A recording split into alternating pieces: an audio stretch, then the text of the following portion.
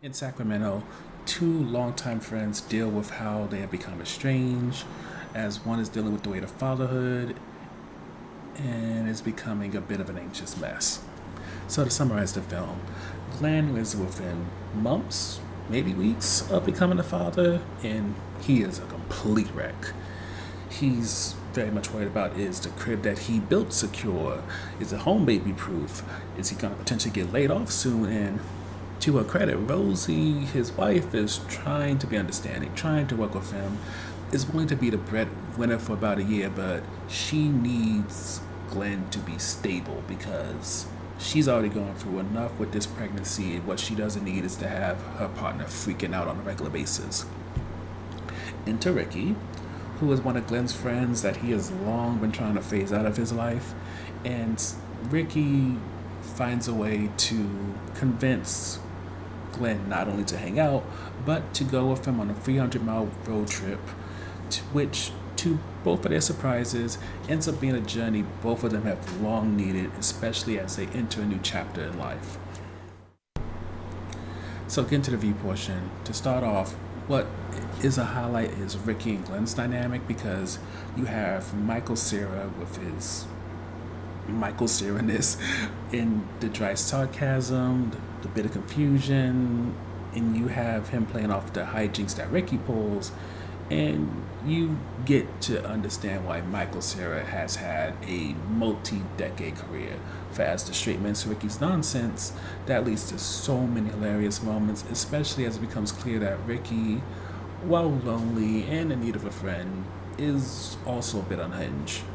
So getting to the next highlight, I think one of the top things that Sacramento delivers is just the anxiety of fatherhood. And when it comes to Glenn, one of the beautiful things about it is that Rosie, his wife, played by Kristen Stewart, she recognizes this and allows him a level of grace and ability to be flawed that is very much unexpected. She might be fully pregnant, going through a lot, especially with the potential that her husband may lose his job, yet she still gives him grace. She allows him to be flawed and recognizes that he too is going through a significant change in his life. Especially considering, if I recall correctly,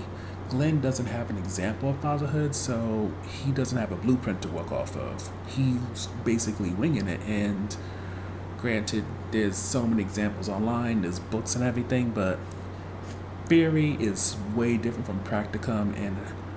just the way that Kristen Stewart uses her usual chill attitude with Michael Cera being his usual self, it makes for a perfect combination that allows you to understand that these two characters could definitely work as a couple, even though you could see that when it comes to Rosie, she needs her space. She'll definitely need her space just to kind of recover from the man that she's with. But even beyond Glenn and Rose's relationship, there's also what Ricky's going through, and just him also trying to deal with his father's recent passing, and it all just leads to what almost feels like a Pamela Adlon type of film in terms of there's some weird, sometimes gross out humor, but there's a heart there that's undeniable that allows it so that even when things get a little bit weird and kooky, there's still something there that's rooted in reality enough so that you can still relate to it no matter what type of weird avenues Ricky takes us down. So the last topic for us is an on the fence topic, and that's just when it comes to the development of the women in this film. While it's appreciated how supportive and forgiving they are, at the same time you may kind of feel like they're a little underdeveloped. When it comes to Rosie, it's fine in some ways because you get a sense that she works in marketing perhaps, and the film checks in on her throughout, so it's kind of like she has a life outside of what the camera captures. But when it comes to Tally, there's a different vibe to it since Tally's supposed to be Ricky's love interest, and while they've been separated for about a year, I would say while it's established that she has a job and some responsibilities, who she is outside of Ricky's love interest doesn't really feel established like you may want it to be, especially because with the performance given for the character, it seems like she is somebody interesting, yet there's no addition to that. There's a lot of assumptions, and unfortunately, the assumptions don't have something substantive behind it. So that, like with Rosie, you get the feeling that this is a whole person who just doesn't have the spotlight on them, versus with Tally, this is a whole person who,